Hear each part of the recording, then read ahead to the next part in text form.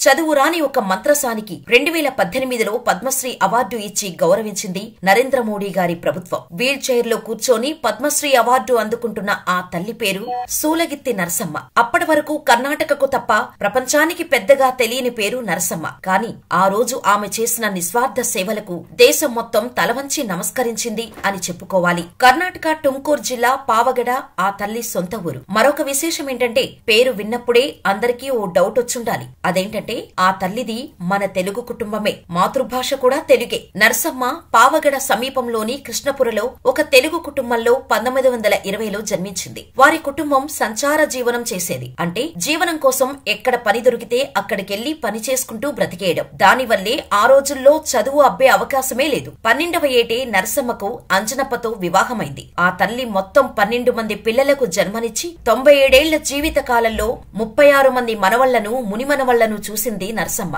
కాని కేవలం సాధారణ కూలి పని చేసుకుంటూనే జీవనం సాగించేది నరసమ్మ కుటుంబం. అయితే కర్ణాటకలోని తుముకూరు వంటి చిన్న జిల్లాలో కనీసం ఆస్పత్రి లేని రోజుల్లోనే తన 20 ఏళ్ల వయసులో మాతృసానిగా మారి మొదటి బిడ్డకు పురుడు పోసింది నరసమ్మ. తన 20 ఏళ్ల వయసులో అనుకోకుండా ఒక పురుడికి తన అమ్మమ్మకి ఆమె సహాయకురాలుగా పనిచేసింది. అప్పుడు పురుడు పోసింది కూడా సొంత అత్తకే. నరసమ్మ 5 మంది పిల్లలకు తన అమ్మమ్మే పురుడు పోసింది. అలా నరసమ్మ అమ్మమ్మ దగ్గర నుంచి మంత్రసాని విద్య నేర్చుకుంది. అప్పటి నుంచి చనిపోయే వరకు ఆ తల్లి వృత్తి మానలేదు. దానిని సేవగానే కొనసాగించింది తప్ప ఆ తల్లి ఒక్క రూపాయి కూడా ఆశించలేదు. అప్పటి నుండి సుమారు 70 సంవత్సరాల పాటు ఆ తల్లి 15,000 మందికి పురుడు పోశారు. ఆ తల్లి చేసిన కాన్పులు వికటించిన దాఖలాలు లేవు. శిశువు తల ఏ దిశలో ఉంది, ఉమ్మనీరు పరిస్థితేంటి, శిశువు ఆరోగ్యంగా ఉందా, అంగవైకల్యం ఏమైనా ఉందా, ప్రసవం ఎన్ని రోజుల్లో అవుతుంది, సుఖప్రసవమా లేక ప్రసవం సమస్యగా మారుతుందా, ఆపరేషన్ అవసరమా వంటి విషయాలు ఖచ్చితంగా గుర్తిస్తుంది.